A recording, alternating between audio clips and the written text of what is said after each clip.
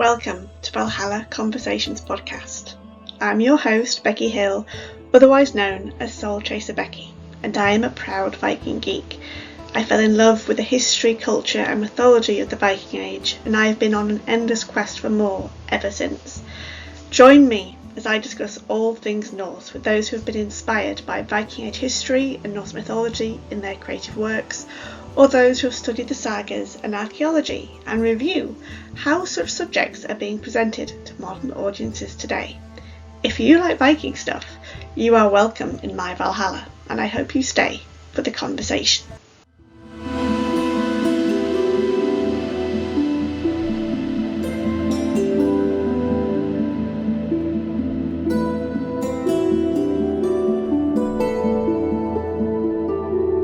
Welcome everyone to episode 13 of Valhalla Conversations podcast, and my special guest in this month's episode, in the month of March, is a special friend of mine, Ian Stuart Sharpe. Welcome, Ian. Hello. Thank you for having me. This has been it's been top of the agenda for a long time. You've teased me for a while, so I hope it's all worth it in the final analysis. Well, whether viewers are familiar with you or not, they will be by the end of this episode, hopefully, because you've got quite a collection, a portfolio to your name, I should say, really, of Norse stuff. And some of them I have read, some of them I've even played with directly, so to speak. And kickstarted and supported on Twitter, yes, and provided marketing quotes for. Yes, and yeah. I could say I'm your unofficial agent for a particular podcast. Exactly. I think I pretty much owe my entire career to you, so thank you. Oh, thank you. I will be expecting an invoice next month. No, it's fine. I do all this for the love of anyone who does anything fun with Norse stuff, which you definitely do. So to give a brief introduction, you have written 2 fantasy novels. I call them fantasy, but they are a bit of sci-fi in between. The first one is the All-Father Paradox. Correct, yes. The next one is Loki's Wager, which I have to confess I haven't actually read yet. But you know my life has been rather busy as of late. We'll do a quick synopsis here. We'll narrate it now. We'll read chapter 1. Explain to our viewers and listeners why they should read the All-Father Paradox and Loki's Wager. Oh, yes. Well, partly because every Norse aficionado needs to support creatives in this space like us. I was just talking with a lovely friend of the podcast, Caitlin Felix, and she said, I must send you a copy of Rand's Daughters, which is her debut novel. And I said, no, I'm going to go buy it. There's no point us all sending each other these free things. You need to buy it and respect it for its merit. We are toiling, struggling creatives. I obviously have days off because you can't support things by just writing about Norse alternate history. And so that's what it really is that the Viking-Verse is an alternate timeline where the Norse never Christianized. And so at some point back in the past, and there are various tipping points, but certainly before 1066 Battle of Stamford Bridge and the invasion of Harald Hardrada, there is this tipping point where the Norse, instead of losing those battles, they start to win everything, and they turn the tide against Christianity, so that the modern world, faced with that tipping point, it becomes a Norse, a pagan present, and that's where the Viking-Verse is set. And so the All-Father Paradox is a pun on the Grandfather Paradox. Grandfather Paradox being a temporal paradox that is all about you go back in time, you kill your grandfather, so therefore paradoxically you can't be born, so you can't go back in time and kill your grandfather. The All-Father Odin takes the place of the grandfather in that elaborate pun, and that's how the history has changed. Odin as a maverick god of mayhem and mischief goes back and changes the timelines to make sure that he doesn't get expunged in Ragnarok. Did you want the long answer or the short answer? That was very precise. I personally wouldn't know how to explain it myself sometimes. Besides, the often way I've summarised it is, imagine if the Vikings were good at everything. They discovered science, they invented maths, they invented technology, they then went into space. And that's as far as I get usually. That's perfectly valid. And in actual fact, there is that Marvel series that's been running a while now called What If, which is as if, what if the Hulk didn't take, Bruce Banner didn't take his gamma radiation, it turned it to someone else. It just speculates and postulates on all of those kind of different alternative scenarios. In the Viking-Verse, it's very much Norse mythology brought to life, and the gods tinkering with fate in order to defy fate. Came from a couple of things, actually. And you have to be careful what you wish for, because when I wrote the Allfather paradox, my what if was, I was facing my own kind of personal Ragnarok, because I'd had a company collapse. Brexit had just happened, Donald Trump had been elected, and I was thinking, oh my God, how can the world get any worse? What if we could just turn back time and do it a bit differently? And that's what then led to this series of novels. Of course, Ragnarok is itself inherently cyclical, and so we've got disaster just coming back time and time again, and we live in interesting times once more.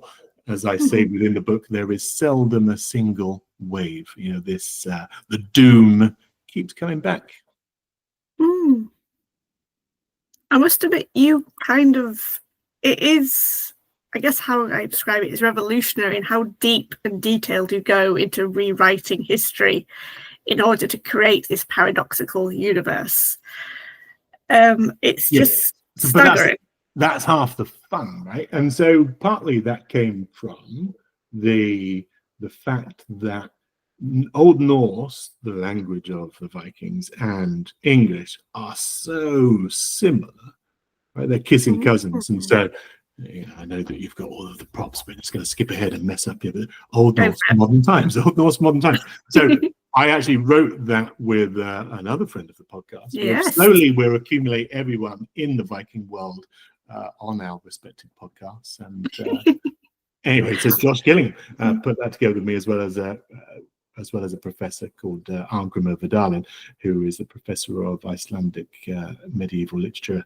And we put that together because it is hilarious just how similar some words are and how easy it is to translate personages, like for example Shakespeare. William Shakespeare in Old Norse would be Wilhelm Shakespeare, right? Very similar, but because that's how the components break down. Charles Darwin becomes Carl Divan.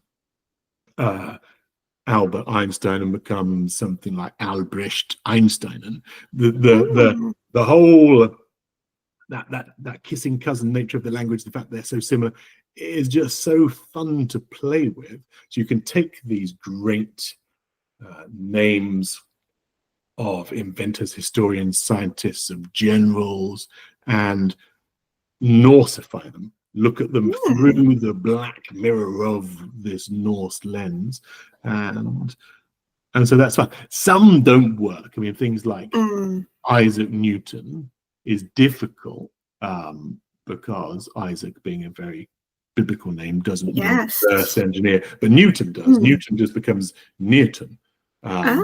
There's so many rich cultural influences on the English language. It started off as Germanic.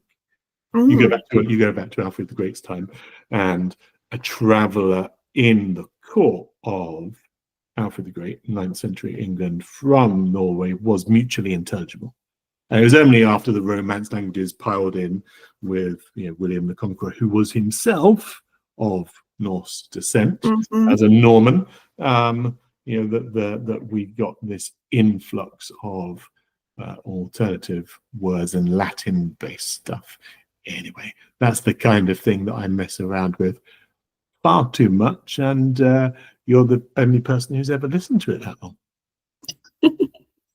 Well, I am just staggered, because it kind of only hit me how deep this rabbit hole, and I quite like the description of a black mirror, but a Norse black mirror, because there are times where it's not kind of like a nice world because it's gone down this other route.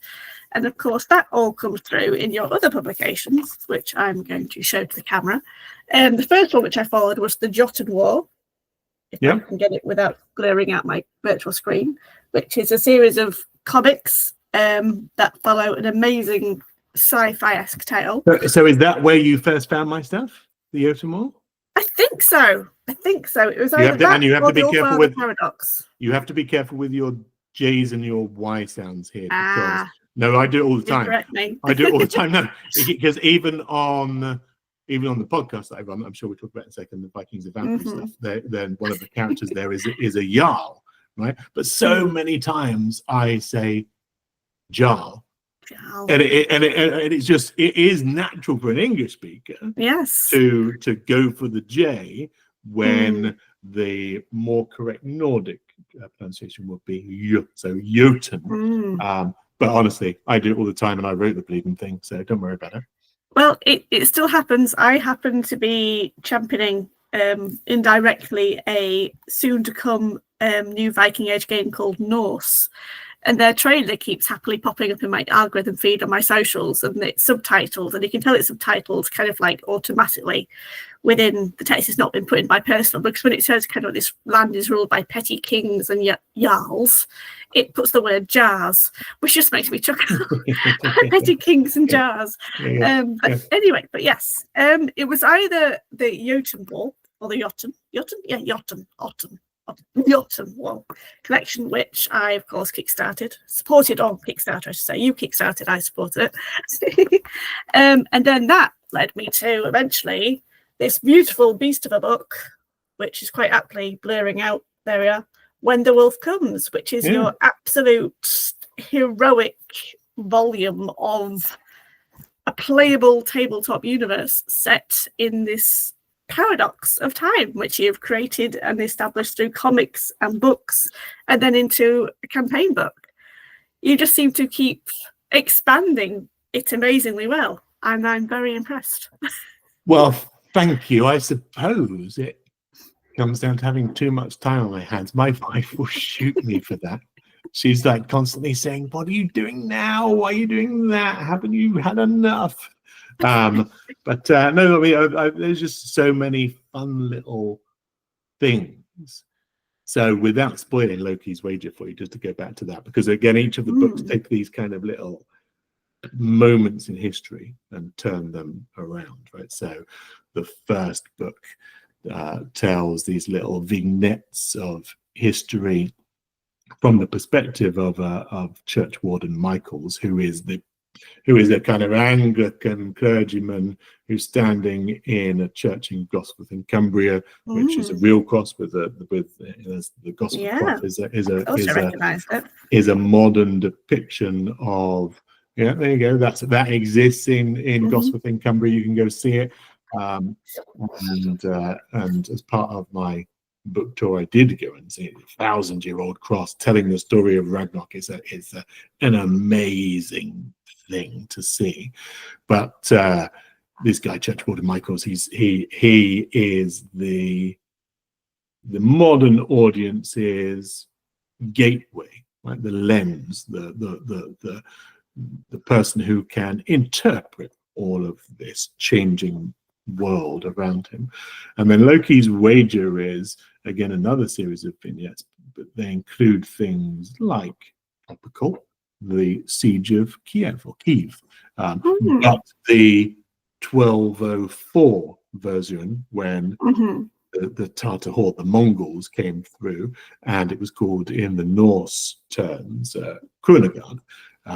And so you have this notion here of this Kievan Rus, which had been settled by Varangian princes, by offshoots of the Swedish royal family, who had their own huge step planning empire, and then suddenly the Mongols sweep in. And I just love the notion that had this Kievan Rus been part of a fledgling Norse empire as opposed to an offshoot of a Christianized world, that it really would have been horse archer versus shield wall. And so there's a story in there that tells a retelling of the siege of Kunigund, of the siege of Kiev, of the Battle of Kalka, which was where a lot of the Kievan princes were slain in battle, and ultimately the Kievan Rus was brought under the Tartar yoke during that. And you'll be glad to know that one of your good friends, Steve, from the podcast, that was the battle in which his character died. So the alternative history version, he died in the Battle of Kalka, as he says, with an arrow to the knee and a sword to the head. Well, a bit of pain and then hopefully no more pain, depending on which way around it happened. The fascinating thing is, well, he's in a lot of pain now. Just his daily existence is obviously a grind thing. But the point is to find these kind of obscure but fascinating moments of history and then Norsify them.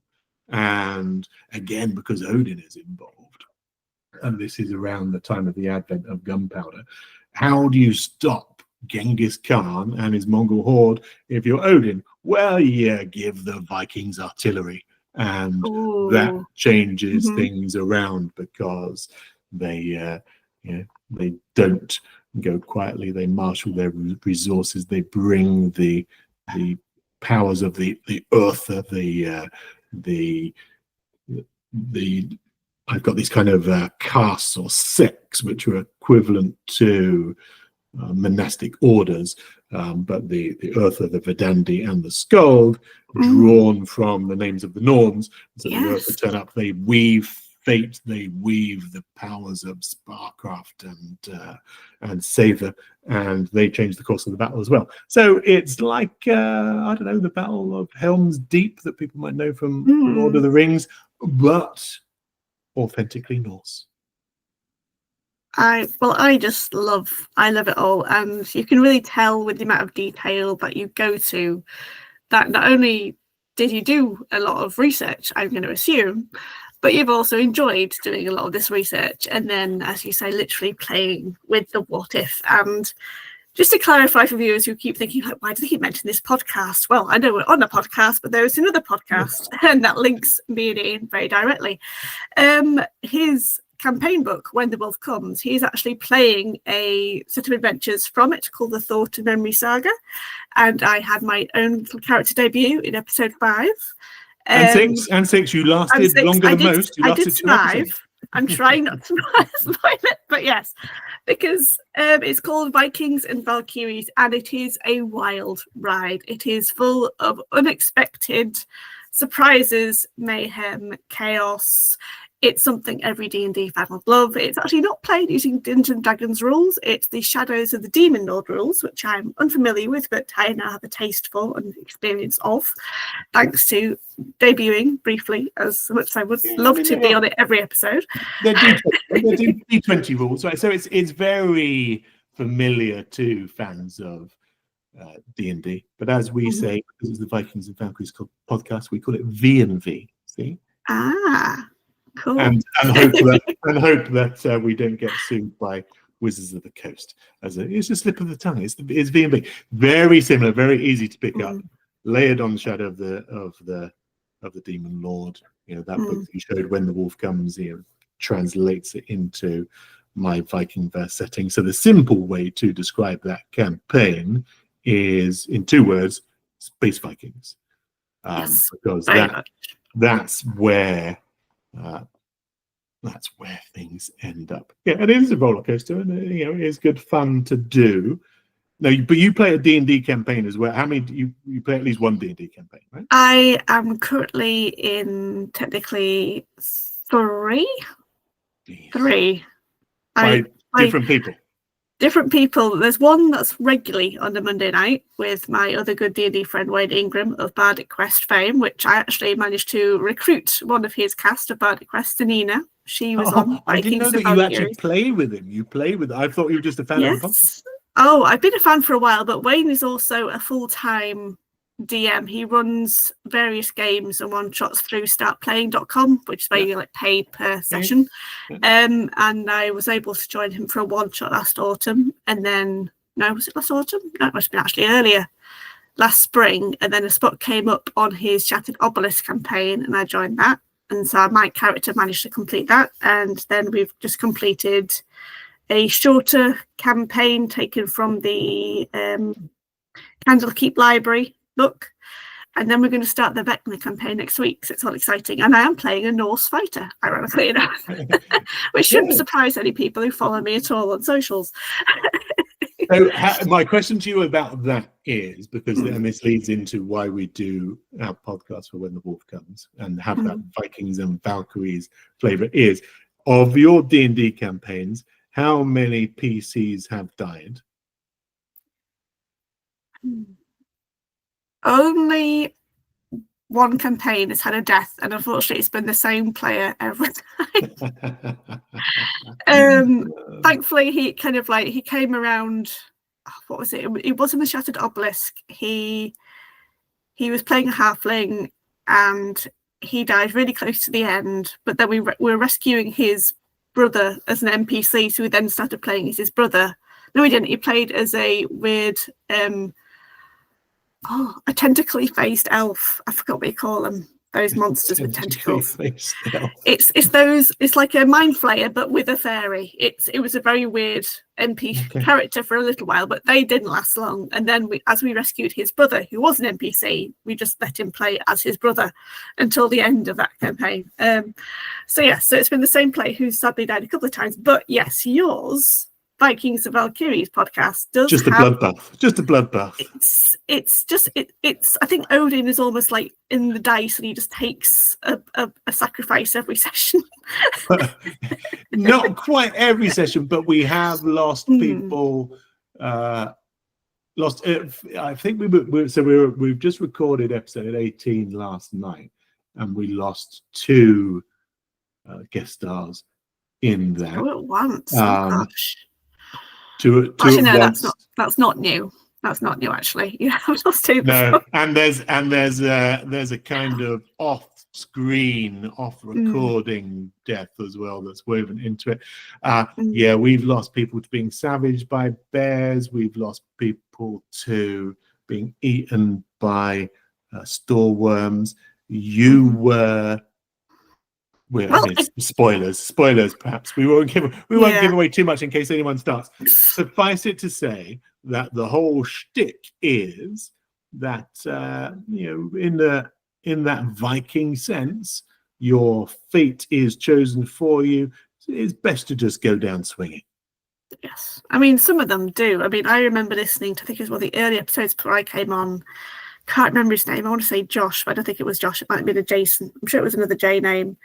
He fought that skeletal bear because the bones weren't buried or burnt or something, and he decided to take it into the fire with him, which I thought was very heroic. He did rather well. Yeah. Whereas I remember Josh Gillingham, our mutual friend, he didn't.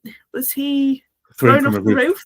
He was thrown off the roof by a Draugr, though, so that's kind of understandable. He wasn't purposely thrown off the roof. Although I will say this, another friend of ours, Fjorn the Skald, who is an academic of public history, I'm hoping to get him on in August. He, of course, was indirectly killed by another player. Mercilessly gunned down. So, so it's an interesting thing as an author, and we do get authors and podcasters and anyone who's got something, a way of telling a story. Sam Flegel, an artist, for example. We've got all of these people who come on who convey their Norseness in one way or another, and they all lend something interesting and new to the podcast. But the core adventuring group, which is a guy called Christoph Adrian, who we know as CJ, and Bill Hopkins, and Steve, who we mentioned, they form the kind of core trio, and they've been described by one reviewer for the UK podcast scene, UK actual play podcast, as the most hapless adventuring party ever, because what they do is they basically get everyone else killed. Yes. But the joy is, and that's why I mentioned all of this, because it's so different from a traditional campaign.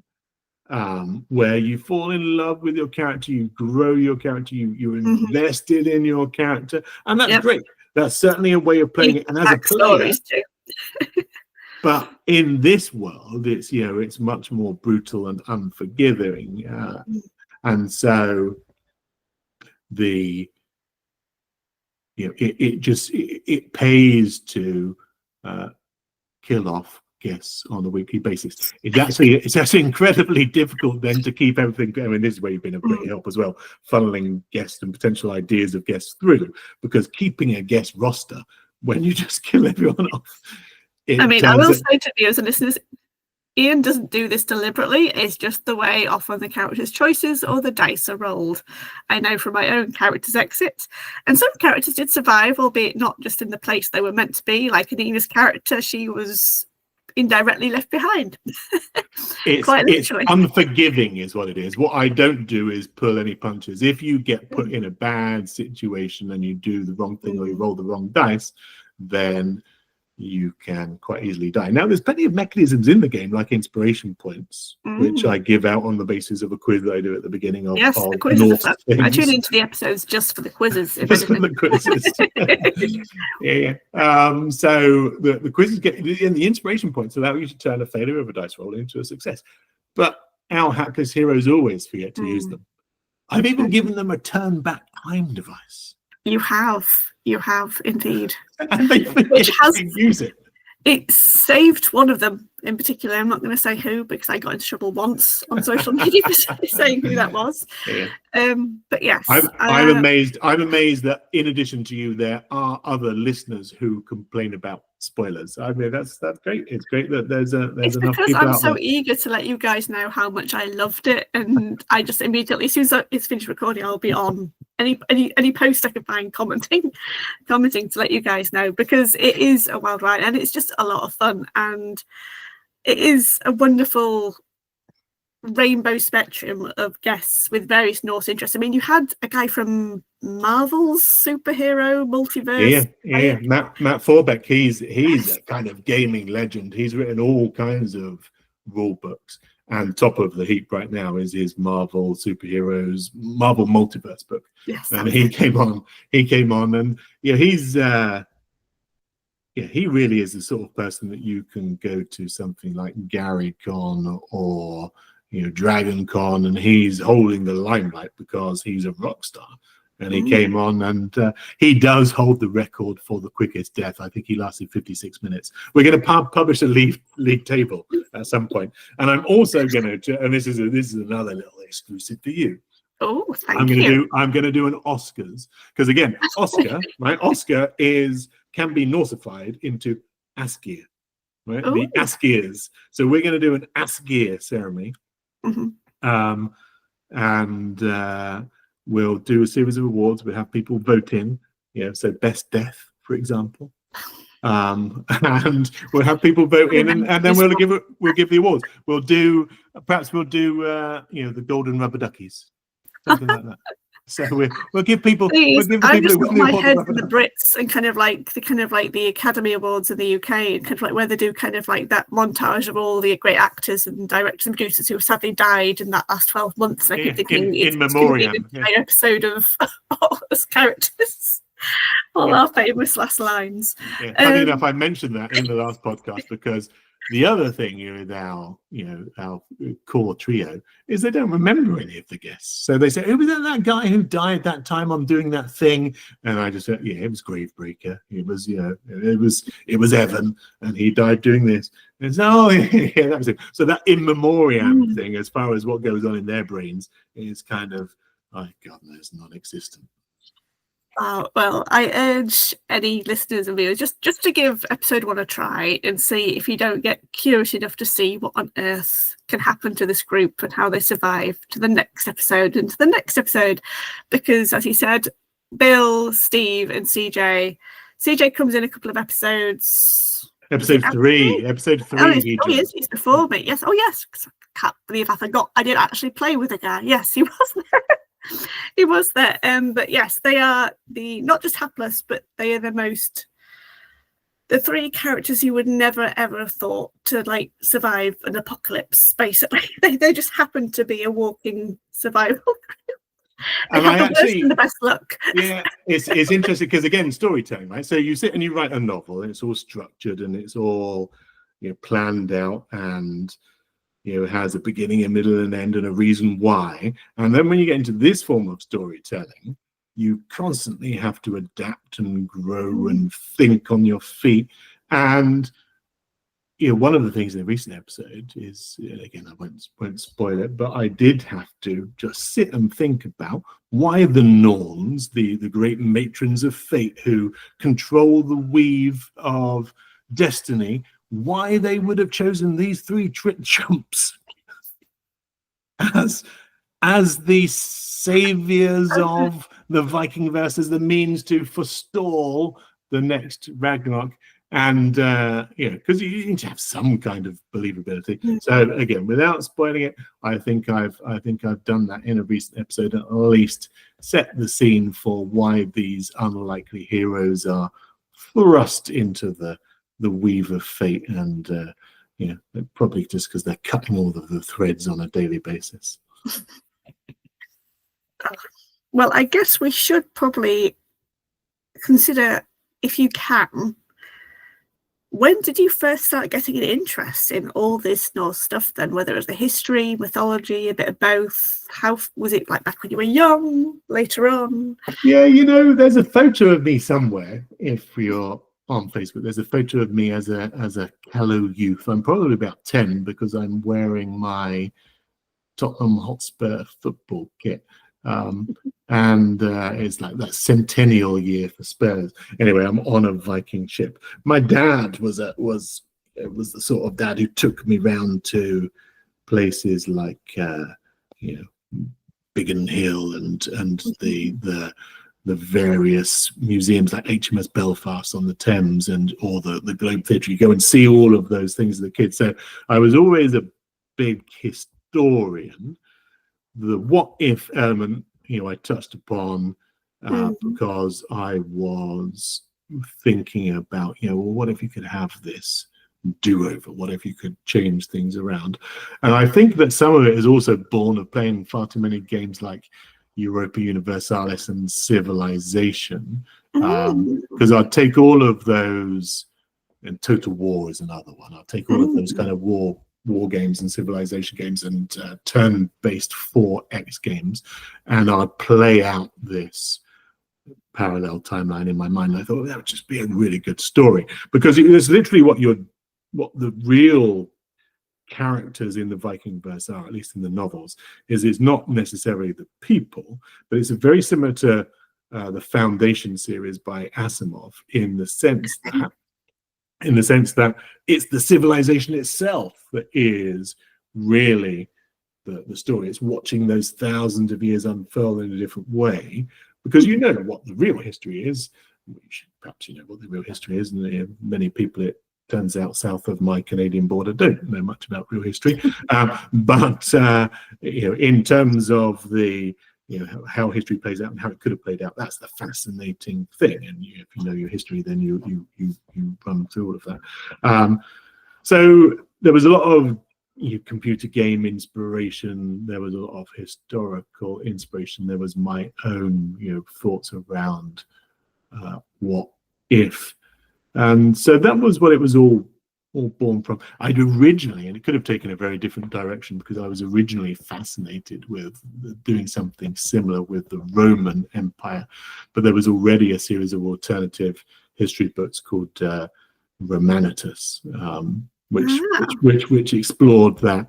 And there's a lot of good alternative history stuff from people like Harry Turtledove, but no one had ever done this Norse thing. And then I think the last point is, again, going more academic. There's actually a very famous historian called Toynbee, and Toynbee published something called The Study of History, and in his appendices to this multi-volume work that probably came out around the time of World War II, but it was this huge magnum opus, and at the end of that he's got an appendix which is entitled The Abortive Birthright of the forfeited birthright of the abortive Scandinavian civilization, which pointed out the fact that there were all of these points where they nearly took over the world. Right? They conquered London, Paris. They came close to Constantinople. You know, there was so many. They had a king on the English throne. I will say that. Canute, and Arthur Canute. And imagine if Arthur Canute, Canute's son, hadn't have just choked at a wedding, possibly poisoned, but he could have stayed on the throne, and we'd have had a much different history. That Canute's North Sea Empire, the spanning England and Norway and Denmark, would have been a fascinating construct to take into, and that's one of the things I play around with. So it's taking all of those ideas, and Toynbee, and you can find this online. It's a great read, just to see what he was thinking as this counterfactual history, and that really was the catalyst, because I thought, he joined all the dots for me. And all of that came together in a rush, and then I sat and I wrote All-Father Paradox in about 6 months. What? Wow! I think that's all I did, because I was being paid off from a job. The company had collapsed. They gave me a payout, and I thought, "Oh, great! I'm writing a book." So there you go. And look at where you are now. Exactly the same place. Well, it seems that path has diverted, and I'm very glad it has. As much as I feel sorry for you going through that rough time of it, I am pleased that your imagination has been let loose, and these wonderful stories and characters and this insane paradox world has been out, and I've been able to actually play and experience it. And it's just, I mean, the fascination with the language clearly comes through from this conversation. So how much did you know of Old Norse before you started writing All-Father Paradox, or did you have to do a lot of research into that? Yeah, there's lots of research, and it's constant research, because one of the things that I did, which is perhaps a little rod for my own back, is even in the RPG, I started translating all of the character paths, right? Because I didn't just want wizard, warrior, thief. I wanted real Norse archetypes, and I wanted real Norse origins. I didn't want Tolkien's pointy-eared elves. Although that said, Tolkien was based an awful lot of his stuff on Norse myth. I digress a little bit there. The point is I started to put in the Old Norse translations for every spell, every weapon, every character class, every monster, and I wonder who beyond me actually cares. Because it's like, are people going to, instead of calling themselves an outlaw, are they going to call themselves an utlagi? Perhaps, depends how much they get into the role playing. I've worked on the basis that I'm the kind of uber nerd on this stuff. I've gone to where no one else will go, and so I throw things like that into the Norse quiz that we do on the podcast, and then just stump everybody. But it's good fun, and I think there's an intellectual curiosity that extends and is exciting and invigorating of its own accord, in addition to just publishing books. I'd probably do that stuff in the background anyway. And I don't know, you might be a little bit too young. Do you remember Mastermind with Magnus Magnusson? And the black chair and the dun dun dun dun. Not with Magnus, unfortunately. I think I am just a bit too young, because I know he was around at the age of the Jorvik Dig, and that was also just before my times. And so the funny thing is with Magnus Magnusson, great Icelandic guy, and he's written all kinds of Viking books. You can go back and see all the Viking histories. But he was the original host of Mastermind, and Mastermind was this very archetypal quiz show, and they'd sit you down there and you would have a specialist subject, sit in a dark room, and it was actually based upon the producer's remembering of his time in a Gestapo spotlight under Gestapo interrogation. So we tried to recreate that in the form of Mastermind. They asked you all of these questions. You're on a specialist subject. You had 2 minutes to answer as many as you can, and if you didn't, if you didn't get that last one, he'd say, I've started, so I finish, and he'd read that last question for you. Anyway, the reason I say all of that is because that would be my specialist subject, and that's the reason I like asking the quizzes at the beginning, is because there's so much stuff out there that you can read. So many great academics, so many great authors, and what we do here is fascinating in itself because you bring everyone together and you explore things, and I think that shared passion is a wonderful thing to explore. Yep, it's purely what this podcast is fueled on. next time, let's do Norse Mastermind, and everyone has to sit on a black chair. I've got a bit, but you can't see it now. This is yes, can't see it. Virtual screen. I was just thinking, wouldn't it be awesome if someone went on to Mastermind and their specialist subject was your Viking-Verse, because it's got enough content behind it to be a specialist subject in its own right. Yeah, I'd be the only one that could fact check it, though. That was the thing. The funny thing is, again, just going back to the podcast, is that I like that you ask the questions. I always use the questions to kind of thematically tease what's going to happen in the adventure ahead. Definitely. And I'm just thinking, the one we recorded last night is a doozy, because I asked them to name all of Loki's children, and yeah, I won't put you on the spot here, but it's actually quite difficult to do. But each of those children of Loki has got a wonderful and rich story in and of their own, including being cut up. If the bat fed to your brother, and then your own entrails used to tie your dad up. I was going to say, I remember that he has those two sons, and that's their unfortunate fate. But I personally could not remember their names off the top of my head, because it's always the monstrous children from Angerboda. There you go. See, but you'd have had your inspiration point for at least knowing that he had kids with Sigyn.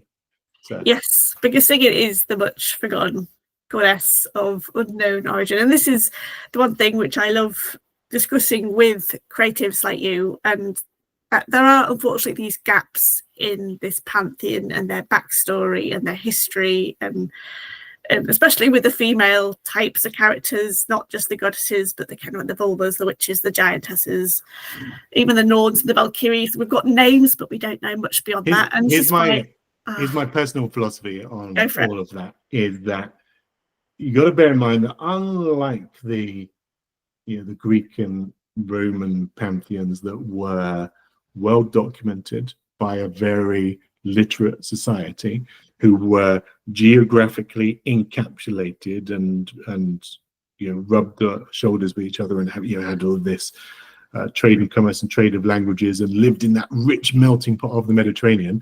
What you actually have in the north is many different tribes who constantly migrate for hundreds of years, who come in contact with those Greek and Roman civilizations. And it's a little bit like excavating an archaeological dig, in that I think many layers. So Sigyn, for example, is not much about her apart from these kind of fragmentary remains, which are like shards of pottery that you find at a dig. But she was probably just a local deity in a certain part of the north, could be Germany, could be Scandinavia, who was told in a story and kind of got embellished and woven on in here. And this is the thing, is that it's just this fragment, this tapestry, this mosaic, and it's all thrown together. All of these regional deities, these regional names. Originally, the chief of the pantheon was probably Tyr, and certainly amongst the peasant class, Thor was always the most prominent. But now we call Odin the All-Father, simply because he was the god of rich men, pretty much. So it's just, it's just a tapestry in itself. There is nothing written down and nailed down apart from 3 centuries after this age that we're talking about. So you've got 1,000 years of people believing all of this stuff. Christianity comes along. Then 300 years later, someone tries to codify it through the Christian lens. Yes. And so, of course, we don't know anything. All we've got is this speculation into this very murky, dark world where we can just pluck glimpses of things. It really is like looking at the night sky and seeing a few stars and imagining what those things might be, because that's all we've got. We don't have a full and complete picture. Even the newer Heimar, the 9 homeworlds, this was a quiz the other day, they're not listed anywhere. There is no that was really interesting when I heard that quiz. That was really interesting to learn. Yeah, no definitive list. They're mentioned and you can pluck them together, but the fact that what are they actually called? Because some of the names, whether Niflheim and Svartalfheim, are about the same place. Are they? Who knows? Because no one ever described it. Elves and dwarves, Alfar and Dverga, probably the same things. I was going to say, because they were described as dark elves, don't necessarily dwarves, but dark elves is what I remember. Doc Alfar and Dverga are often used interchangeably. Vanir and Alfar are used interchangeably. You can't codify it in the way that you can codify it in a rulebook. In D&D, here is my fighter, here is my elf, here is my dwarf. I know what the difference between them is. A wizard does this, and they can cast these level spells. It's not that simple in Norse myth. And so when you sit and you try and force it into the constraints of a rulebook, you have to take massive liberties and try and justify them as best you can. And so that's what I attempted to do, but it makes you think every single time, oh my God, I'm trying to put this stuff in a straitjacket, but there is no definition of any of these things. So do you think that's why these gods and these tales, these stories have survived so long in popular imagination in a variety of mediums? Because, of course, I am working on my own little debut academic article about the kind of like Valkyries and their persona and reception in 21st century. And a lot of it is to do with visual stereotypes, which started off with, I believe, at least in Valkyrie's case, with, of course, Wagner's great opera cycle of the Rings, and that image of a Valkyrie looking like that's just stuck in the public consciousness ever since. Similar with Marvel doing that with Thor. Now everyone thinks Thor is a blonde with a winged helmet, which is strangely a Valkyrie motif and not a God Odin. But of course, the fact that these gaps, I think, allow creatives such as authors, artists. I mean, Sam Flegel, we've mentioned him. He's doing wonderful things with interpreting Loki Senna, and he's coming up in April, viewers and listeners, so look out for him. It allows, especially in terms of fantasy, a creative freedom to explore and expand beyond this unknown boundary, because there is no boundary, because it's unknown.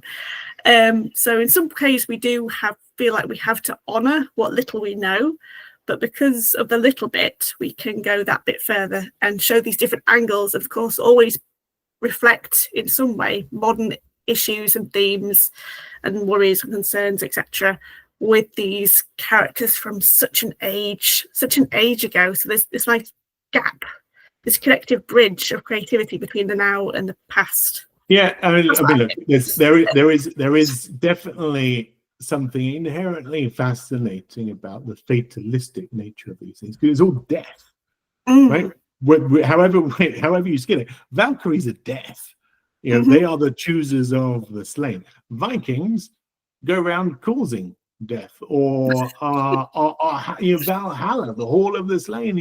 There's so much of it that is about how we face down our fate. I think that's the interesting thing. I was just looking around, not because I wasn't paying attention, but I was looking for my Dictionary of Northern Mythology, which is the Simic, but Rudolf Simic. Have you got that?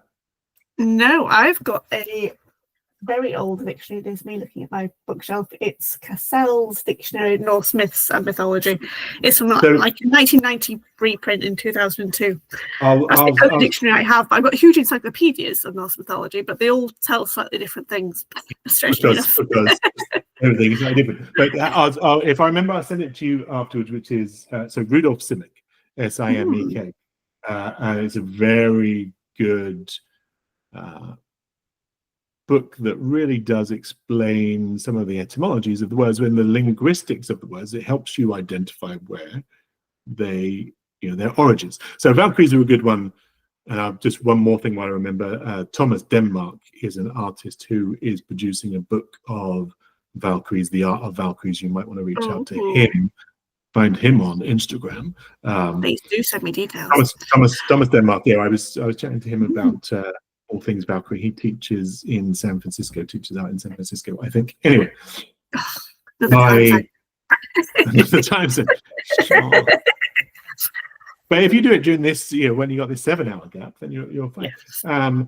I will try my best. But it sounds fascinating. He's a good guy. He got lots of great Valkyrie pictures in that Wagnerian sense. Because where I'm going with this is you go back far enough, and the kind of the Hunnish period of history where the various hordes are descending on Rome. Probably around that time was the first time that the Norse surfaced in the records, and they were historical records, and that's when they first came across gold and brought gold back to the north.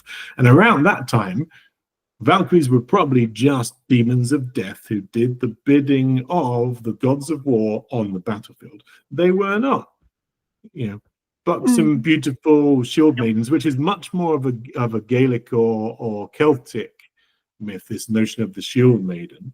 And so there, with the eventual Viking invasion of what we now know as the Emerald Island, the mixture of the Christian myth and the Gaelic myth, then I think you get again another layer to the weave where things start to evolve, because these, nothing is set in stone, nothing is sacrosanct here. Everything's constantly evolving and threading in these stories. And so when you get to the Battle of Clontarf, and you get to those myths and the stories there of the Valkyries and weaving their looms with the heads of men and the entrails of fallen warriors. Yes, skulls and swords and spears. Oh, it's awesome. It's hugely powerful.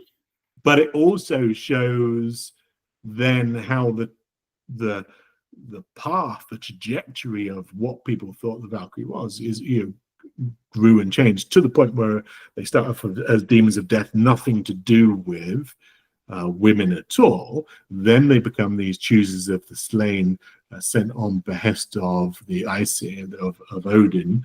And then eventually, through nationalism, through the lens of the 19th century, they become these Rhine maidens, of Germanic mythology, and tied to that interpretation of myths, and they become a costume, because that's what they are. That version is a costume for an opera to entice people to, if you don't like the singing, at least stare at the cleavage. Yes. And they're almost fetishistic in that sense, right? Very over romanticized, absolutely. Yeah. And that's exactly the right word, because that is born of that romantic era where they are romanticizing the past, and so you ended up with a romanticized Viking. And Wagner is also partly to blame for the horned helmets, after all. When I say Wagner, it's the costume designer people, really, because I was always blame the costume designer. It was Emil Doppler, or Doppler. That's the surname I remember studying in another article. That's the foundation of my Valkyrie research.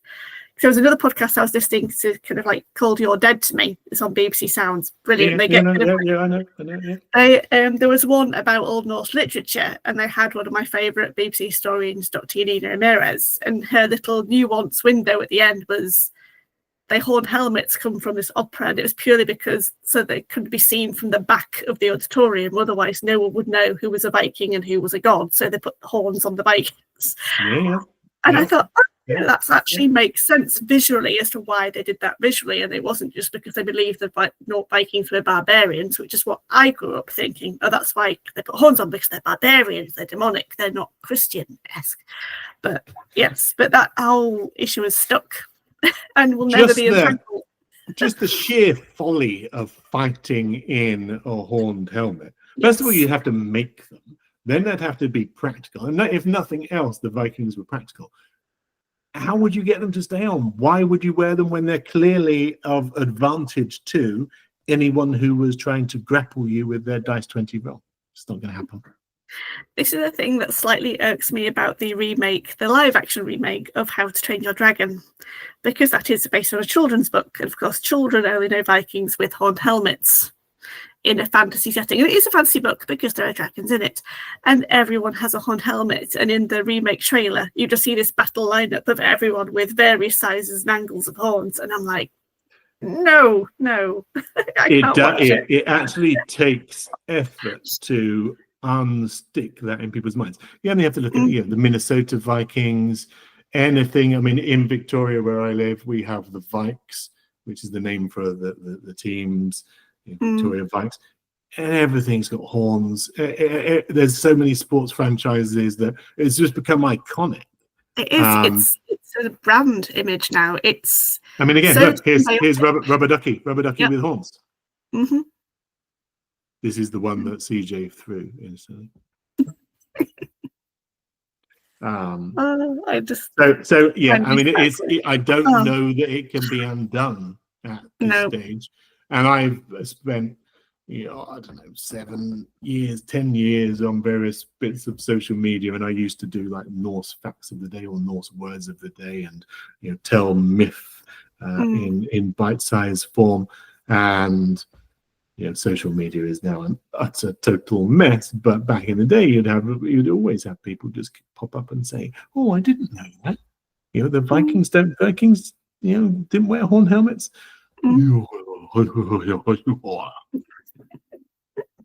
It's something I think us that find it irksome will just have to live with, because it's been going on for centuries now. I don't think it's ever going to stop.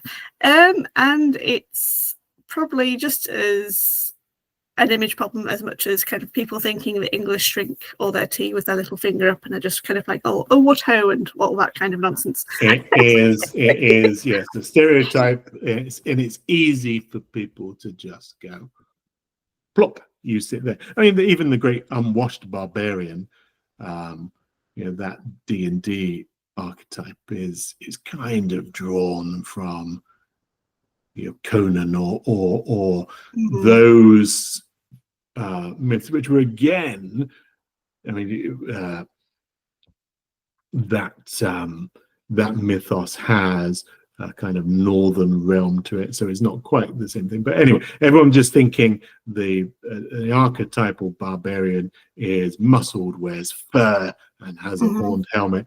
And a lot of our role-playing games and a lot of novelizations of Viking stuff continue to perpetuate these stereotypes as opposed to fight back against them. And so it was always to try and get back to the authenticity, to get back to as much plausibility, as much we have this as well, heroisticity as possible. That's the key to everything that I'm trying to do, right? To make it very grounded in actuality. Historicity. Historicity is the word I'm trying to say. I'm not going to try and say it because I know I'll trip over. But this is the funny thing, we're doing a video podcast as opposed to an audio podcast. When I do the audio podcast, if I stumble, I can just edit it out.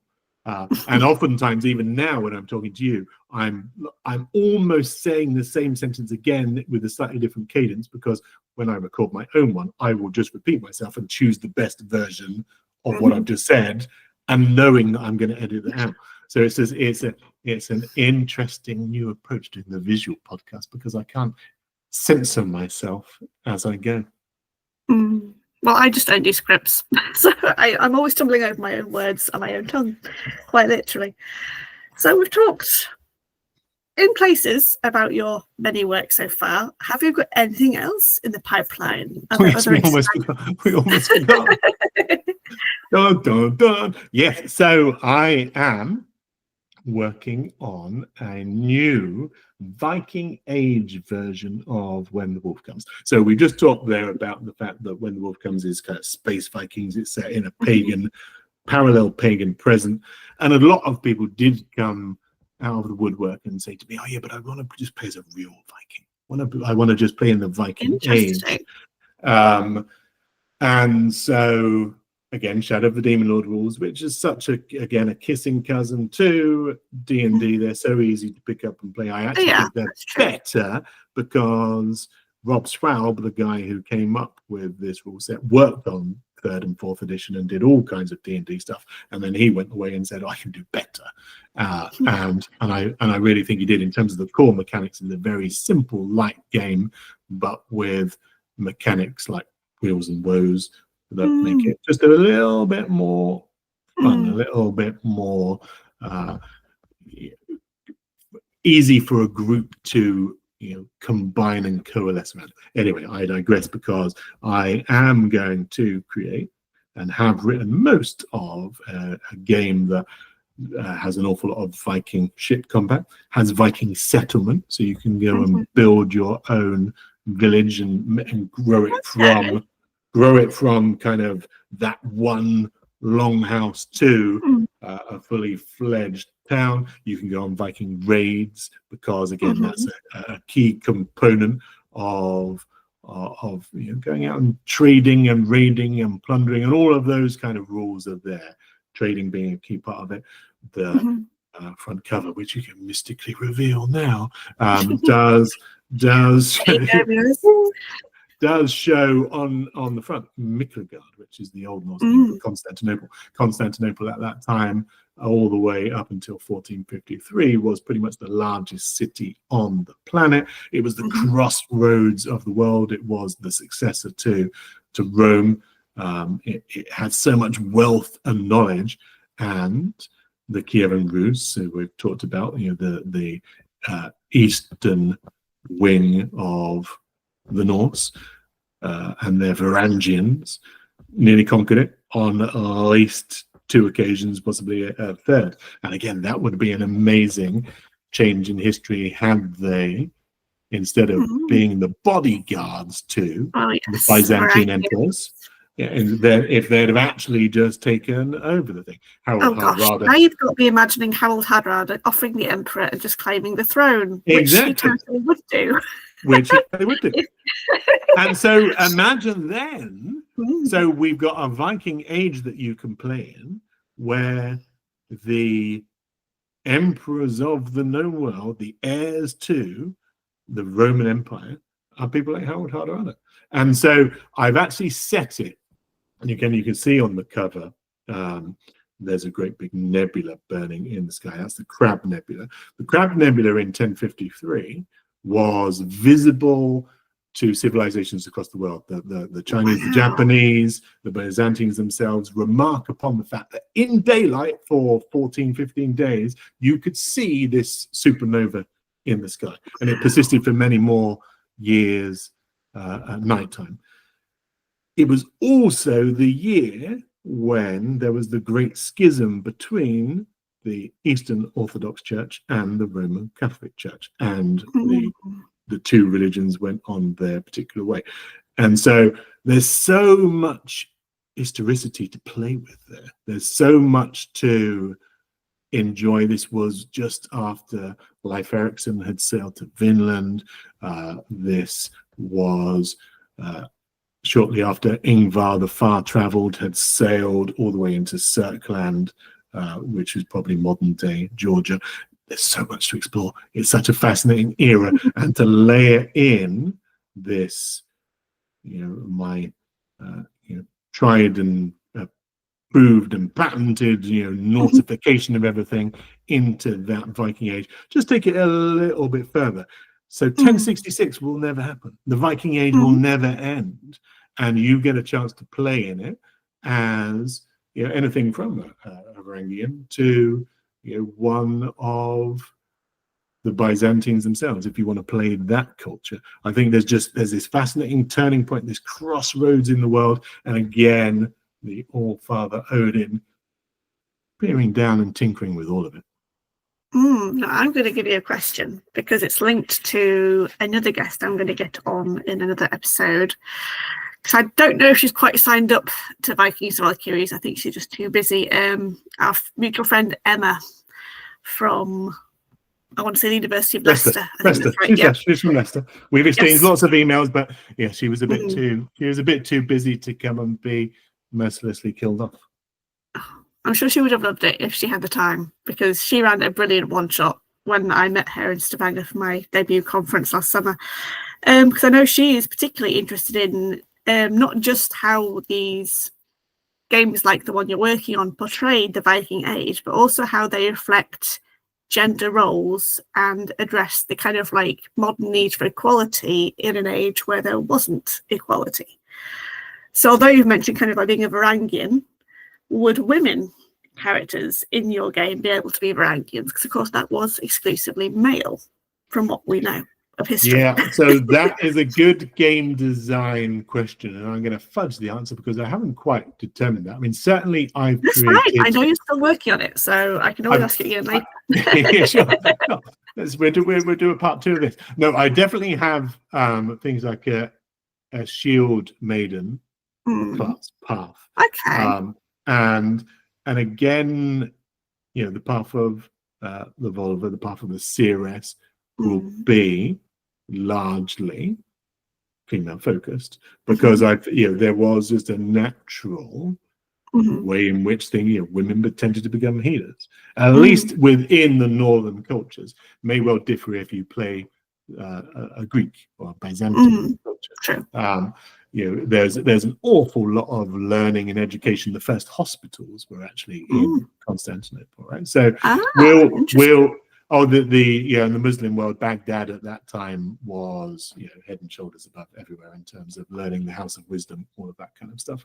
So depending on your culture, will ultimately determine what you can play, at least as far as the rule set is concerned. Once you get it home, you do what you like. It's your game. It's there to have fun. I'm just trying to give you some guidelines as to how it would have been played if you were rolling skull dice and drinking from the skull caps of your enemies.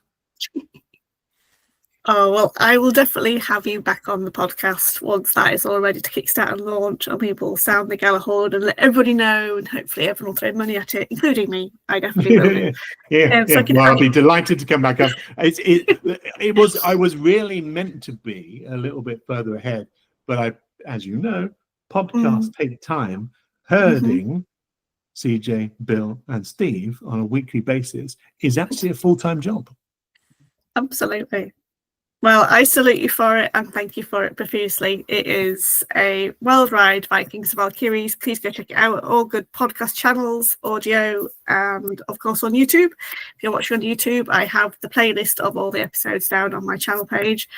Do check out Vikingverse.com where you can find out details of Ian's wonderful portfolio of books. And you can listen to the Old Norse pronunciations, because somewhere in that list, as well as some free comics, so you can get a taste of the Jotunn War, you can click through to Old Norse pronunciations of the phrases that are in the book, and that will be extremely useful for anyone who wants to wander into their local supermarket and say things like, "These are not the droids you're looking for," in Old Norse.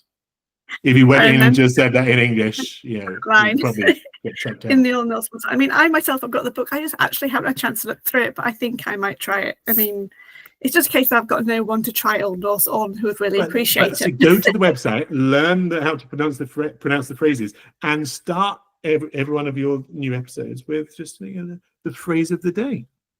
Oh, good do. I might try that. Or just make your guests have to say an Old Norse phrase as a warm-up. Oh, it's a challenge, but I'm trying not to scare people off. I'm just about luring people in. Well, it's been a real delight chatting to you, and we both know that we could just be talking for hours and hours because we both have such a passion shared across literally half the world. Because you're based in Canada, I'm in the UK, so there is a bit of a time gap. And I really ought to go and do the day job because my CEO has been calling me 3 times through this podcast, and priorities. Well, do send in my apologies. I will not keep you any longer. All right. I will hope to have you on the podcast again soon. And thank you so much for your time. And thank you to you, viewers and listeners, for listening and joining us today. Thank you very much.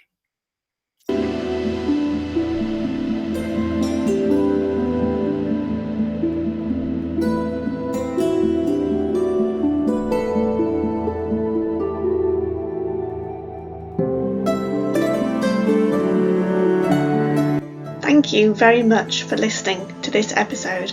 I hope you enjoyed the discussions between my special guests and myself. Please do check out the episode blurb for links to their works and websites. If you liked this episode, let me know by giving it a thumbs up.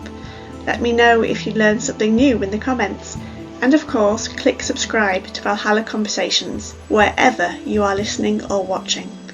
This podcast can be watched on YouTube and YouTube Music, and it can also be listened to on Spotify, Amazon Music, Podcast Index, and on rss.com.